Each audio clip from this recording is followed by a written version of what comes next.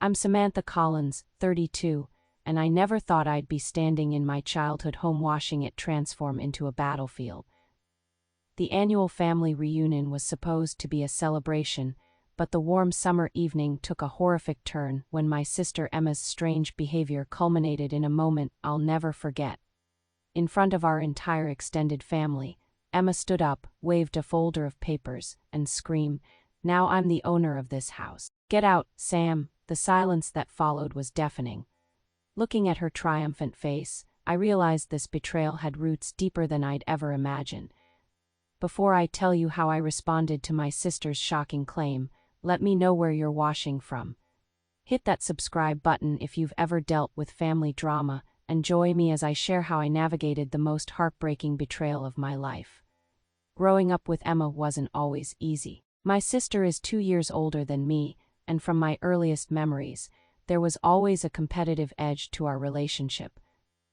It wasn't the healthy kind of sibling rivalry that pushes you both to be better. It was something more insidious that I couldn't name as a child. Our parents, Richard and Diana Collins, worked incredibly hard to provide us with a stable home. Dad was a high school math teacher who took on tutoring gigs during summers, while Mom worked as a nurse at the local hospital. They weren't wealthy by any means, but they managed to buy our modest 2-story colonial in a decent Boston suburb when property values were still reasonable in the early 90s.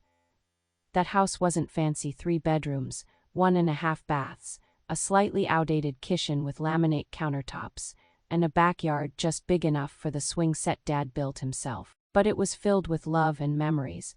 Height marks penciled on the kitchen doorframe, the dent in the living room wall from when I learned to ride a skateboard indoors during a rainstorm, the window seat in the front room where Mom would read to us on winter evenings. Our parents instilled strong values in us. Education came first, hard work was expected, and family loyalty was paramount. "Family is the only thing that lasts," Dad would say. "Friends come and go, jobs change, but your sister will be with you your whole life." The irony of that statement haunts me now.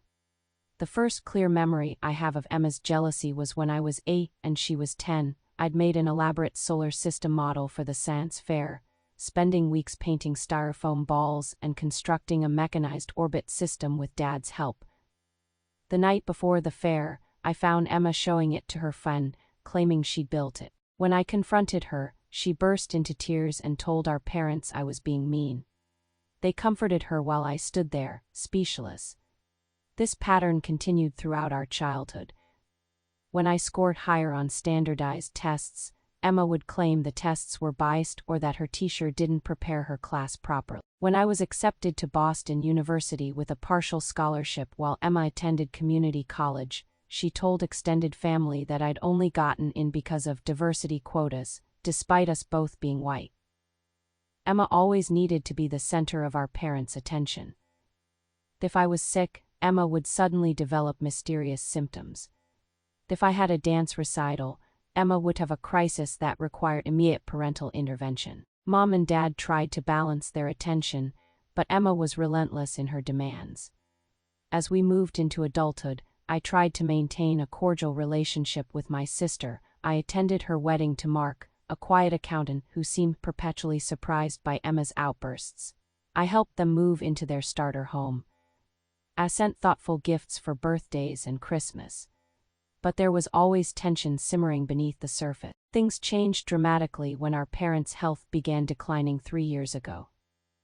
Mom was diagnosed with early-onset Alzheimer's at 62, and Dad became her primary caretaker while battling his own heart issues. I lived closer to them and visited several times a week, helping with grocery shopping, taking Mom to appointments, and giving Dad breaks when he needed them. Emma, who lived about an hour away, visited maybe once a month, always with an excuse about her busy schedule. 8 months ago, Dad suffered a massive heart attack and passed away within days. The funeral was a blur of grief, with Emma seemingly more concerned about the catering arrangements than mourning our father. During that terrible week, I found Mom sitting in Dad's closet, confused and talking to his shirts as though he were still in them. It became clear she couldn't live alone anymore. After researching facilities and visiting countless options, we found a good assisted living place about 20 minutes from my apartment. Mom moved in 3 months ago, taking her favorite furniture pieces and photo albums while the house remained mostly untouched. Emma and I never explicitly discussed what would happen with the family home, but I assumed it would either be sold with the proceeds split between us or remain in the family somehow. Dad had always talked about wanting to keep it in the family. The last time I spoke with Dad alone, the day before he died, he squeezed my hand and whispered something about papers in the desk and taking care of your sister, but he was on heavy medication and I wasn't sure if he was fully lucid. I didn't think much of it then, overwhelmed with grief and arrangements, but those words would come back to haunt me later. Throughout those difficult months, Emma's visits to Mom grew more frequent, which I initially attributed to guilt or a genuine desire to step up in Dad's absence. What I didn't realize was that something much more calculated was happening behind the scenes. Family reunions had been a tradition in our house since we were kids.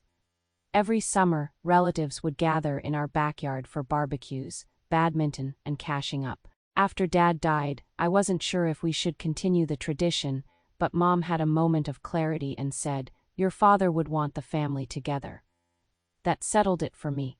By this point in my life, I had built a stable career as a pediatric nurse at Massachusetts General Hospital. I loved my work with children, even though the hours were long and the emotional toll could be heavy. My colleagues often commented on my patience with difficult parents, never realizing I'd had years of practice with Emma. Emma's life had taken a different path. After getting her real estate license 5 years ago, she opened her own boutique agency targeting luxury properties. The timing couldn't have been worse. The market crashed 6 months later. She'd been struggling ever since, though she maintained an appearance of success on social media with staged photos in high-end homes and leased luxury cars. Despite our strained relationship, I'd tried to help Emma over the years. When she needed startup money for her business, I lent her $10,000 from my savings. When she and Mark had a major plumbing disaster last winter, I let them stay in my spare room for 2 weeks. Each time, my assistance was accepted with minimal gratitude and quickly forgotten. 2 weeks before the reunion, I noticed something odd. Mom mentioned that Emma had been visiting her almost daily, often bringing paperwork and having private discussions.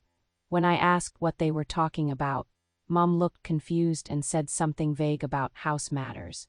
Given Mom's cognitive state, I didn't press the issue, assuming Emma was perhaps helping with insurance paperwork or medical. The day before the party, I went to Mom's room at the assisted living facility to pick up some family photo albums for the reunion displays. While searching through her desk drawer, I found a folder of legal documents with property transfer stamped across the top. Before I could examine them further, a staff member arrived with Mom from her physical therapy session, and I tucked the folder back where I found it, making a mental note to ask about it later. My boyfriend Kyle had been incredibly supportive throughout the past difficult year. We'd been dating for almost 2 years, and he understood the complicated dynamics with Emma. Family relationships are complex, he'd say, drawing from his own experience with 4 siblings. But at some point, you have to decide whether maintaining peace is worth the cost to your well-being. Kyle encouraged the reunion party, offering to handle the grilling so I could focus on hosting. The morning of the party, I woke early to prepare. I made Dad's famous potato salad and Mom's strawberry shortcake, hoping familiar foods might trigger good memories for Mom. I hung string lights in the backyard, maple trees, and set up lawn games. Kyle arrived mid-morning to help with the heavy lifting, setting up tables and chairs borrowed from neighbors. Emma arrived an hour earlier than the invitation specified, with Mark trailing behind carrying several shopping bags. "I brought decorations," she announced, pulling out streamers and centerpieces in colors that clashed with everything I'd already set up. "Thanks, Emma, but I've already decorated," I said, trying to keep my tone light. "Well, mine are better, and I got Mom's favorite flowers for the tables." She began rearranging things without asking. I took a deep breath, remembering Kyle's advice about choosing battles wisely. "The hydrangeas look nice," I conceded. "Mom will appreciate that." Emma moved through the house with unusual authority, opening cabinets and rearranging dishes. "These plates are too shabby for company," she declared, unpacking a set I'd never seen before. "I bought these last week. More appropriate." "Emma, we've used those plates for family gatherings for 20 years, I protested. "Well, things change," she replied with a strange smile. By early afternoon, relatives began arriving. Aunt Patricia and Uncle Bob from Dad's side, cousins from Rhode Island, Mom's sister Judith and her husband, and various second cousins with children in tow. The house filled with familiar voices and laughter, momentarily masking the tension between Emma and me. Kyle manned the grill, charming everyone with his easy conversation and perfect hamburgers. I moved from group to group, making sure everyone had drinks and was comfortable. Emma seemed unusually animated, pulling relatives aside for whispered conversations, then watching my reaction afterward. When the staff then dropped Mom off at 3 o'clock, everyone gathered around to greet her. She was having a good day, her eyes clear and smile genuine as she recognized faces. "My family," she kept saying, patting people's hands. "My beautiful family." When she saw the house decorated for the party, she teared up. "Richard would be so happy to see this," she said, squeezing my hand. As the afternoon progressed, Emma's behavior grew increasingly odd. She kept referring to future gatherings, when things settle into their new arrangement. She took photos of every room, claiming they were for the family album but looking more like documentation. She watched me like a hawk whenever I spoke with Mom, hovering close enough to overhear our conversation. The afternoon light was beginning to soften when Mom tapped her glass with a spoon. The backyard quieted as everyone turned toward her. "I have some news to share with everyone," she began, her voice wavering slightly. Before she could continue, Emma jumped to her feet. "Actually, Mom, let me handle this," she interrupted, placing a proprietary hand on Mom's shoulder. Something in her expression made my stomach clench with foreboding. The next few minutes would change everything. "Everyone, I have an announcement," Emma said, her voice carrying across our backyard. The conversations died down as relatives turned to look at her. Mom seemed confused by the interruption but remained silent in her chair. Emma reached into her oversized purse and pulled out a blue folder embossed with our family lawyer's firm logo. My heart began to pound as I recognized it as similar to one I'd glimpsed in Mom's desk drawer. "As you all know, the past year has been challenging for our family," Emma continued, her voice taking on a rehearsed quality. "With Dad's passing and Mom's health concerns, there have been many difficult decisions to make." She paused dramatically, scanning the gathered faces. I felt Kyle's hand on my shoulder, a reassuring presence as tension built in the air. "One of those decisions involved the future of our family home," Emma said. "After much consideration and discussion with Mom during her lucid moments, we decided that the best course of action would be to transfer ownership of the house to me." A confused murmur rippled through the gathering. I stood frozen, unable to process what I was hearing. "I have the legal documents right here," Emma continued, opening the folder and holding up papers with official seals and signatures. "As of last week, I am the sole owner of this property." She turned to face me directly, her expression a mixture of triumph and feigned sympathy. "Now I'm the owner of this house," she said, her voice rising. "Get out, Sam. You have until the end of the month to remove your things." The backyard fell silent. I could hear the distant sound of a neighbor's lawn mower, birds chirping obliviously in the maple trees, the soft hiss of the grill cooling down. Everything seemed surreal, as though I were watching the scene from outside my body. "Emma, what are you talking about?" I finally managed, my voice barely audible. "It's all legal," she replied, waving the papers. "Mom signed everything. She wanted it this way." I looked at Mom, who was frowning slightly, her eyes showing the cloudy confusion that had become familiar in recent months.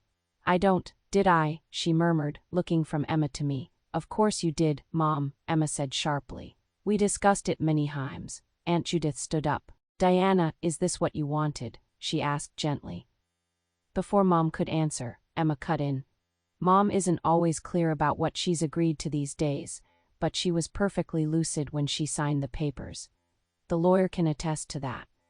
"This doesn't make sense," I said, finding my voice again. "Why would Mom give you the entire house?"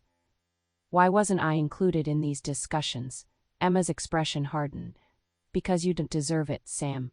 I'm the one who's struggled while you've had everything handed to you. Your scholarship, your perfect career, Dad's approval. This is finally my turn to get what I deserve. The naked resentment in her voice shocked me. Our relatives shifted uncomfortably, some avoiding eye contact while others watched the unfolding drama with undisguised fascination. Emma, this isn't appropriate for the family gathering, Mark said quietly, tugging at his wife's sleeve. No, it's perfectly appropriate, Emma retorted. Everyone should know that things are changing. Sam abandoned her responsibilities to this family years ago. I'm the one stepping up now. Kyle stepped forward. That's not true and you know it. Samantha has been here consistently for your parents. She visits your mother almost daily, while you stay out of this, Emma snapped. You're not family. This doesn't concern you. If concerns Sam, it concerns me, Kyle replied steadily. Cousin Rachel tried to diffuse the situation. Maybe we should discuss this privately, after the party. There's nothing to discuss, Emma said. The papers are signed. It's done. She turned to me again. I want your keys before you leave today. I'll be changing the locks tomorrow. The humiliation burned through me as I stood there, being evicted from my childhood home in front of our entire extended family. Tears threatened, but I refused to break down in front of Emma's triumphant gaze. Mom, I said, kneeling beside her chair. Did you understand what you were signing?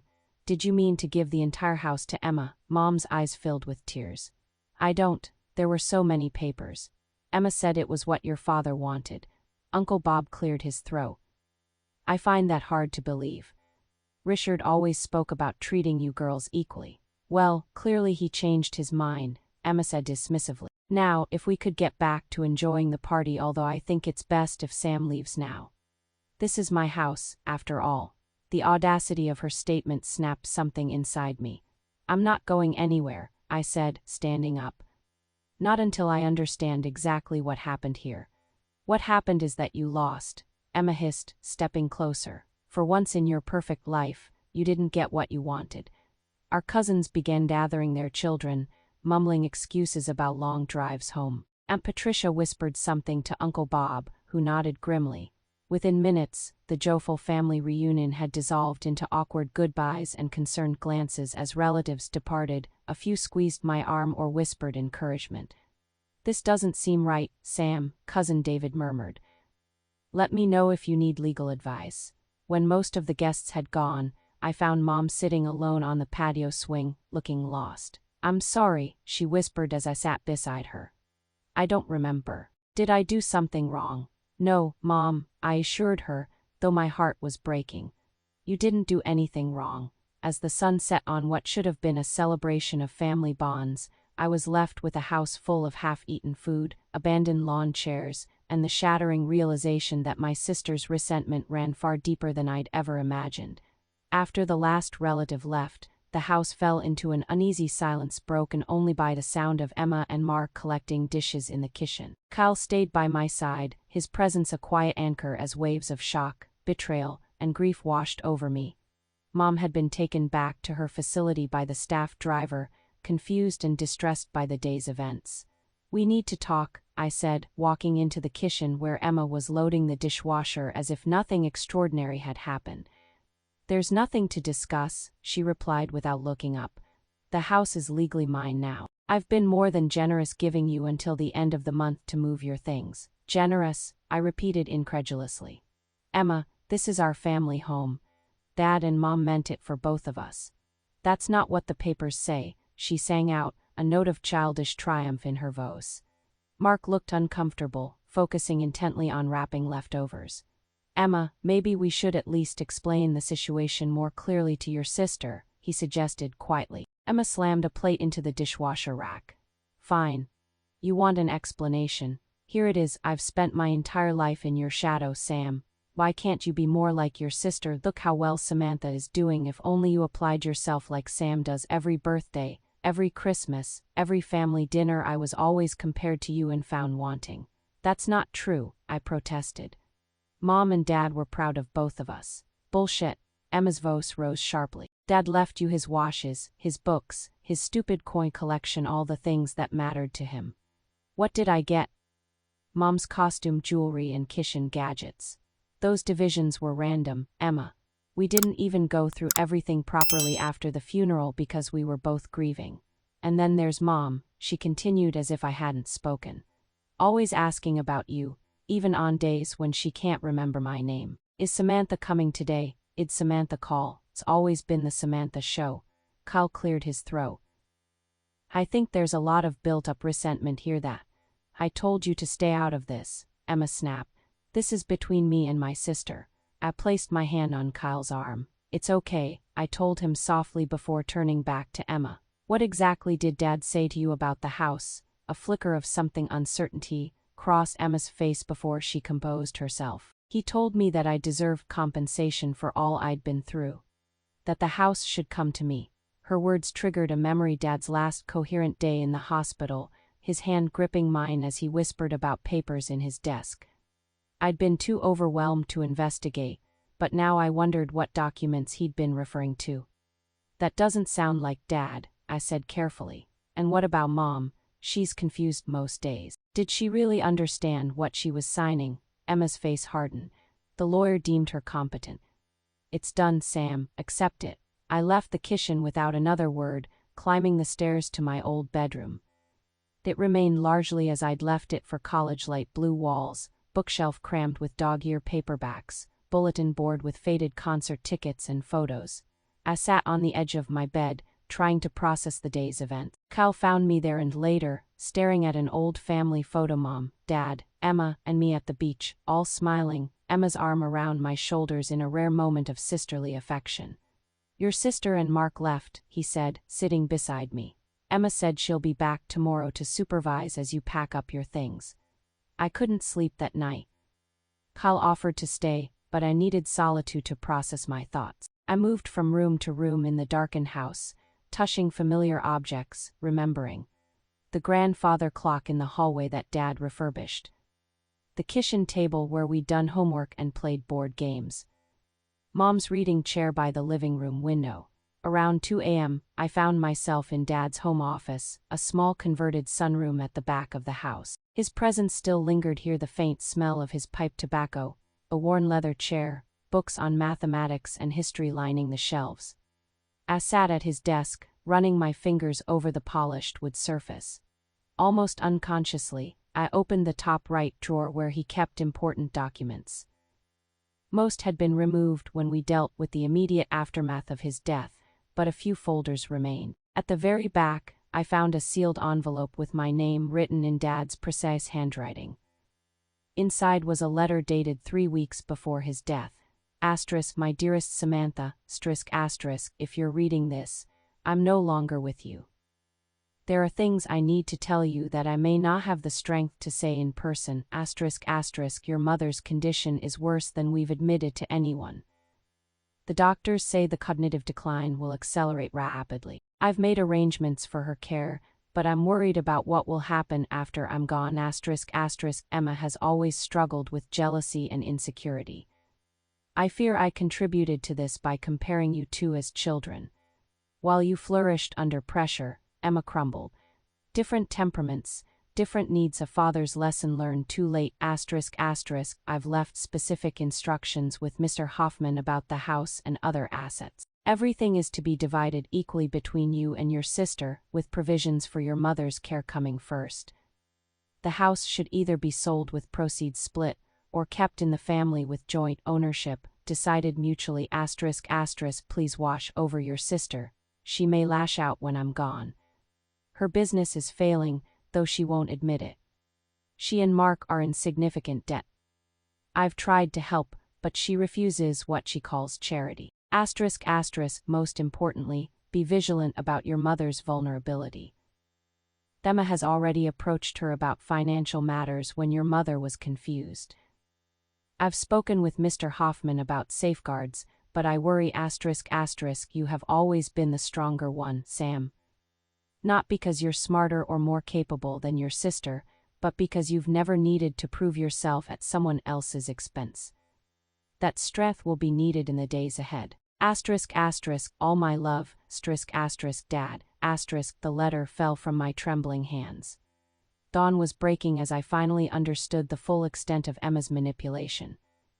Morning light filtered through the windows, illuminating dust particles dancing in the air, as I formed a plan to reclaim what was rightfully mine. I was startled from my thoughts by the sound of a key in the front door. Looking at my watch, I realized it was barely 7 a.m. From the hallway came the unmistakable sound of Emma's voice. "I brought coffee and bagels, Mark. Let's get started on the upstairs closets." Walking to my bedroom window, I saw Emma's car in the driveway and a locksmith van parked behind it. She was already changing the locks. With a surge of anger and determination, I quickly gathered the most precious family mementos I could find: Dad's pocket watch, the family photo albums, Mom's handwritten recipe book. When I went downstairs, Emma was directing the locksmith while Mark stood awkwardly in the living room. "What are you doing?" I demanded. "What does it look like?" Emma replied coolly. "Securing my property." Outside, I noticed black garbage bags lined up along the driveway. Looking inside one, I found framed family photos, my high school yearbooks, and childhood art projects Mom had carefully preserved. "You're throwing away our family memories?" I asked, disbelief coloring my voice. "Just clearing out clutter," Emma said with a dismissive wave. "The house needs updating." I silently gathered the garbage bags, loading them into my car while Emma watched with narrowed eyes. As I worked, Kyle arrived, concern evident on his face when he saw what was happening. "This isn't over, Emma," I said as I prepared to leave. "What you've done isn't right, and it's not what Dad wanted." "What Dad wanted," she spat back, "was for his golden child to finally experience disappointment for once." "Well, welcome to the real world, Samantha." As Kyle and I drove away from my childhood home, I felt homeless despite my successful career and comfortable apartment. The house hadn't just been a structure, it had been the physical embodiment of our family history, of safety and belonging. Now it felt like Emma had erased my place in that history with the stroke of a pen. That evening, my phone began lighting up with messages from relatives. Aunt Judith was appalled by Emma's behavior and offered her guest room if needed. Uncle Bob thought the whole thing smelled fishy and recommended his friend who specialized in elder law. Cousins and distant relatives weighed in with opinions and suggestions, their concern touching but also overwhelming. I turned off my phone, curled up on Kyle's couch, and finally allowed myself to cry for the loss of Dad, for Mom's declining health, for the sister I'd apparently never truly known, and for the home that had anchored me throughout my life. Kyle held me without speaking, understanding that no words could heal this particular wound. That night, I dreamed of Dad sitting in his office, trying to tell me something important while Emma stood in the doorway, slowly closing it until his voice was muffled beyond recognition. I woke up knowing what I had to do. The next morning, I called in sick to work for the first time in years. My supervisor was understanding. She'd met Emma at hospital functions and had witnessed enough of our interactions to know something was seriously wrong when I mentioned family issues. My first call was to Harold Hoffman, our family's attorney for over 20 years.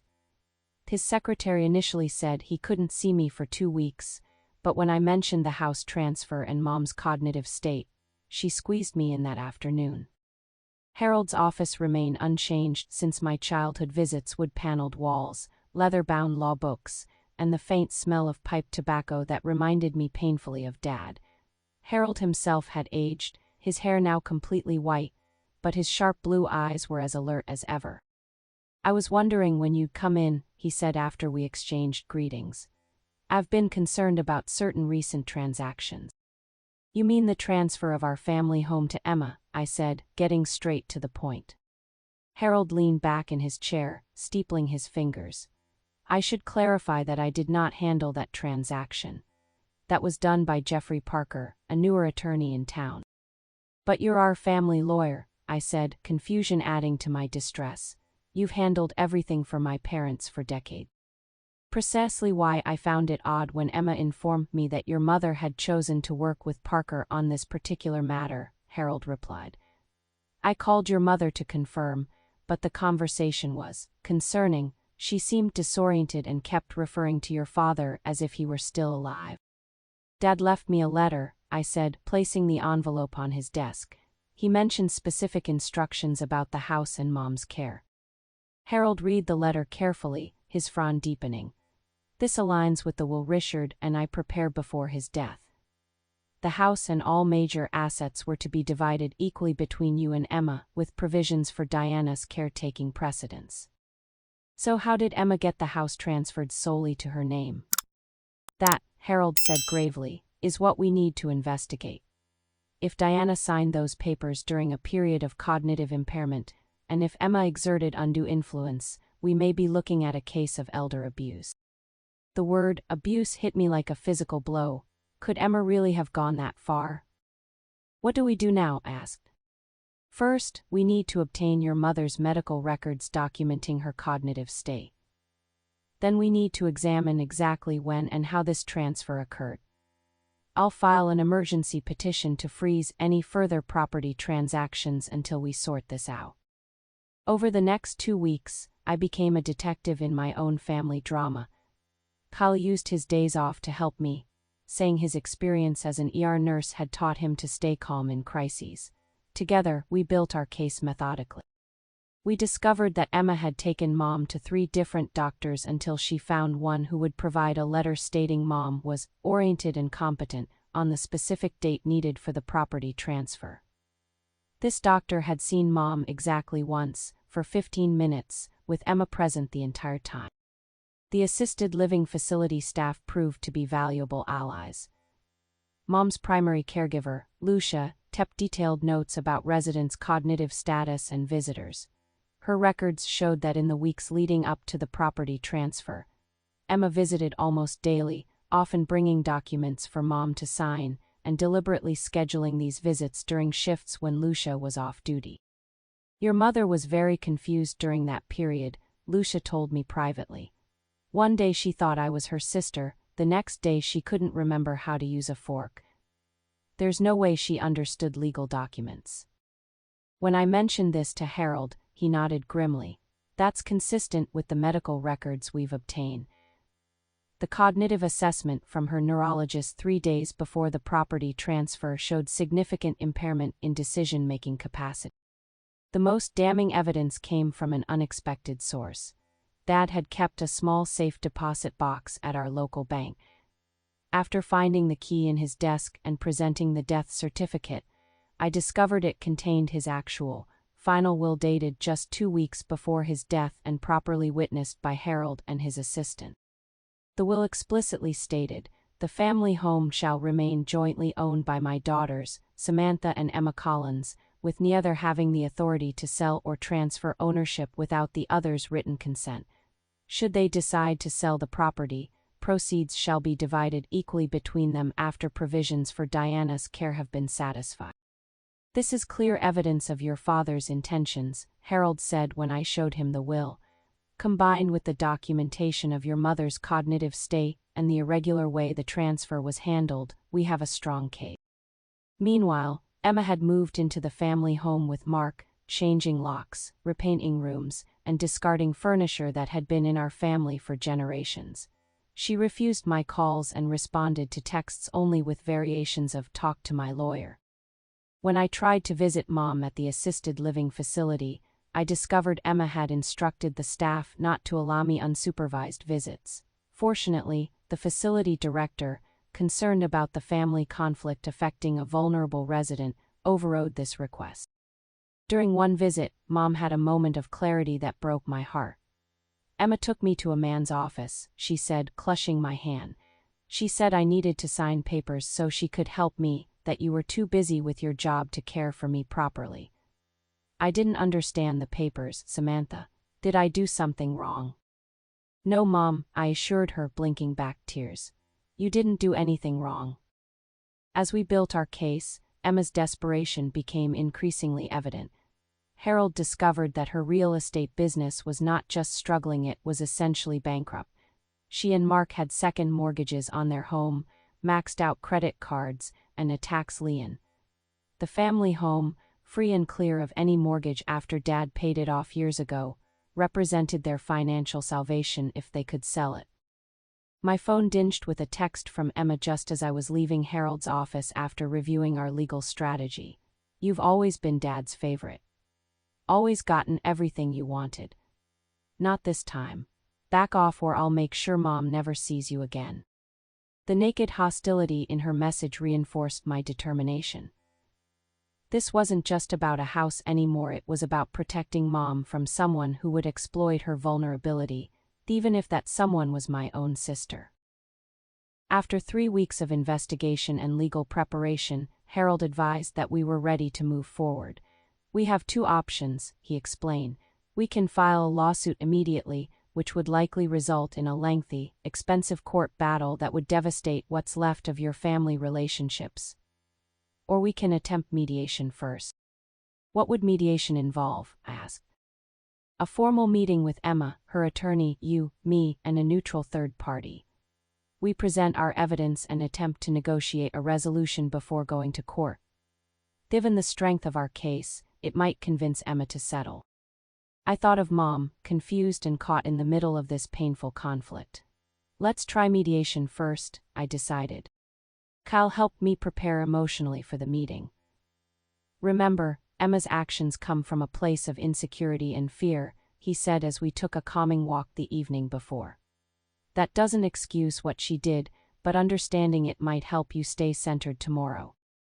I arranged for my cousin Rachel, who had always been close to both Emma and me, to be present as an additional family member who might help bridge the gap. Uncle Bob, Dad's older brother who shared his sense of fairness, agreed to attend as well. The mediation was set for 10 a.m. on a Tuesday at Harold's office. I arrived early, my stomach in knots despite my preparation.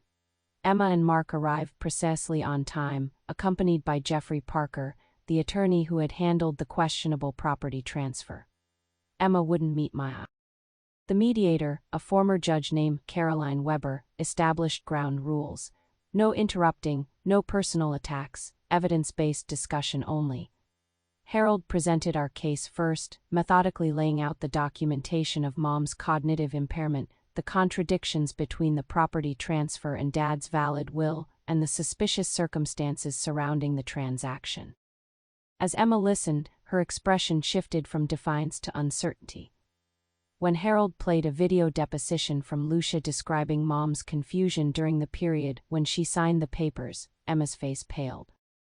Jeffrey Parker attempted to counter, arguing that one doctor had found Mom competent and that Emma had simply been following Mom's wishes, but his arguments sounded hollow against the weight of evidence Harold had assembled.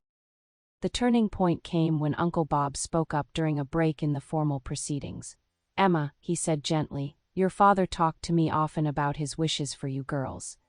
He loved you both equally and wanted you both taken care of. What you've done here, it's not what he would have wanted. And I think you know that." Emma's composure finally cracked. "You don't understand," she said, her voice breaking. "Everyone's always thought Sam was the successful one, the responsible one. Nobody knows how hard it's been for me. My business is failing. We're drowning in debt. The house was my only hope." "Why didn't you just talk to me?" I asked. "I would have helped you." "Like charity," Emma spat. "Like poor failing Emma needing perfect Samantha to save her again?" "Not charity," I replied quietly. "Family like Dad always taught us." The mediator suggested Emma, Mark, and I speak privately, without the attorneys present. In the small conference room, the 3 of us sat in silence for several moments. "I found Dad's letter," I finally said, sliding a copy across the table, "and his actual will." Emma read silently, tears forming as she reached the end. "He knew about the business," she whispered. "He knew, and he was still trying to help me." "Emma," Mark said, speaking up for the first time that day, "this has gone too far. Your father clearly wanted both of you to share the house. And using your mother this way." He shook his head, looking genuinely disturbed. "I didn't realize how confused she was when she signed those papers." "You knew?" I asked, staring at him. Mark looked down at his hands. "I knew Emma was having her sign documents. I didn't know the full extent of your mother's condition or what the documents actually meant. Emma said it was just formalizing what your parents had already decided." Emma's shoulders slumped. "It started small," she admitted, "just having Mom sign a power of attorney form so I could help with her banking. but then I saw how easy it was. She'd sign anything I put in front of her, especially if I told her Dad wanted it that way. She looked up, her expression haunted. I didn't mean for it to go this far. But it did, I said, and now we need to fix it. After 2 hours of difficult, but necessary conversation, we emerged with a framework for resolution. Emma would sign papers nullifying the fraudulent property transfer. The house would revert to joint ownership as specified in Dad's will. We would establish a trust for Mom's care with the provision that the house would not be sold during her lifetime unless necessary for her medical needs. Additionally, Emma agreed to meet with a financial advisor to address her debt issues. I offered to help with a structured loan to save her house, not as charity but as a business arrangement with proper documentation. When we presented our agreement to the mediator, attorneys, and family members, there were sighs of relief all around. Harold promised to draw up the legal documents within the week, and Jeffrey Parker agreed to assist in unwinding the fraudulent transfer, likely hoping to minimize his own potential liability for facilitating it.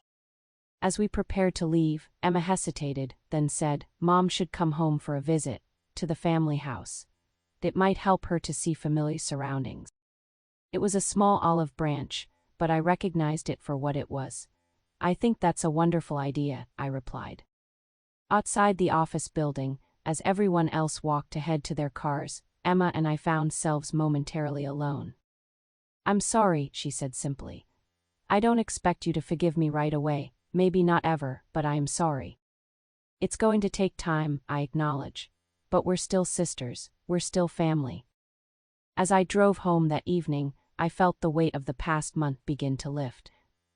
The road ahead would be challenging, rebuilding trust with Emma, ensuring Mom's care, dealing with the practical aspects of joint home ownership. But for the first time since Dad died, I felt like our family might eventually heal. 6 months have passed since that difficult mediation meeting, and our family landscape has changed in ways I never could have predicted. The house that became the center of such bitter conflict is now sold, a decision Emma and I ultimately made together after careful consideration of what was best for Mom and for our own healing. The sale wasn't easy emotionally. Walking through empty rooms that had held a lifetime of memories, I felt pangs of grief mixed with strange relief.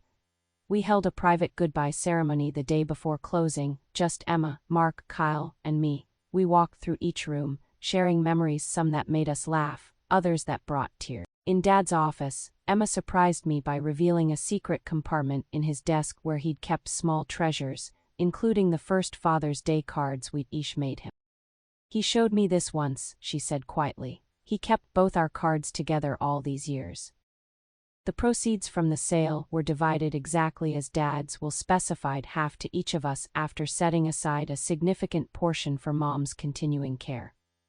Emma used her share to pay off debts and start fresh with a smaller, more manageable real estate practice focusing on first-time home buyers rather than luxury property. "I'm done trying to maintain appearances," she told me over coffee recently. "It was exhausting pretending to be something I wasn't." Mom's care situation has improved dramatically. With the house proceeds, we were able to move her to a memory care facility with an excellent reputation and staff who genuinely seem to care about her as a person, not just a patient.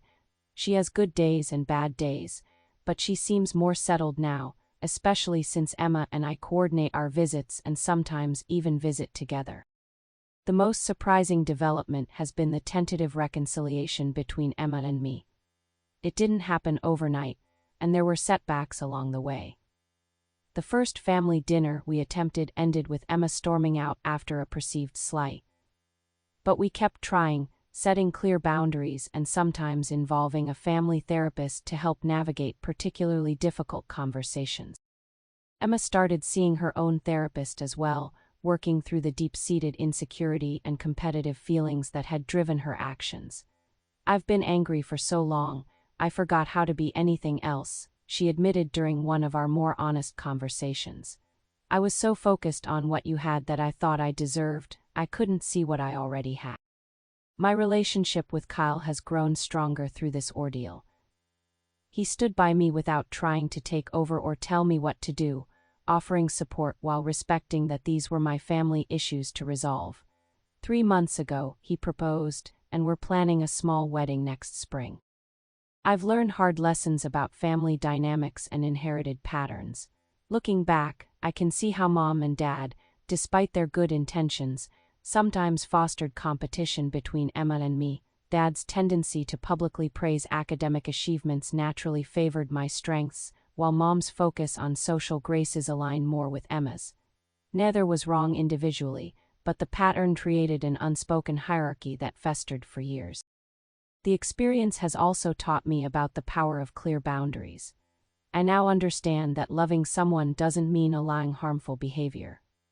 When Emma occasionally slips back into old patterns of passive-aggressive comments or competitiveness, I can address it directly without either attacking or withdrawing. Perhaps most importantly, I've learned about forgiveness not as a gift to the person who wronged you, but as a release for yourself. I haven't forgotten Emma's betrayal, but I've chosen not to let it define our relationship going forward. Last month, I used my portion of the house proceeds to purchase my own home, a charming 1940s bungalow with good bones and plenty of character. It needs work, but it feels right to create new memories in a space that's truly mine. Emma and Mark helped with the moving day, and we christened the new place with pizza and wine on the floor since the furniture hadn't arrived yet. At one point during that evening, Emma disappeared into her car and returned with a wrapped package. Inside was the antique barometer that had hung in our family home's entryway for as long as I could remember. "I saved it from the sale," she explained. "Dad used to check it every morning, remember? I thought you should have it." That small gesture told me more about our healing than any words could have. Life isn't perfect now. Mom still has difficult days when she doesn't recognize us. Emma and I still occasionally hit raw nerves in our conversations. The past can't be erased.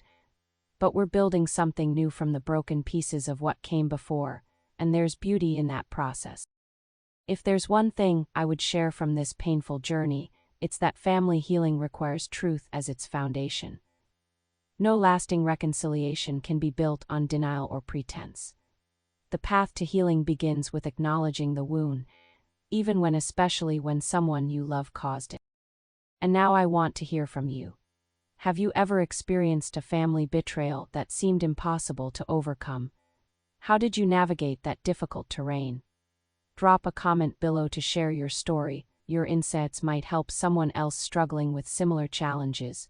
Don't forget to like this video if it resonated with you and subscribe to my channel for more real-life stories about family, healing, and personal growth. Thank you for listening to my story, and remember that even in our darkest family moments, hope and healing remain possible.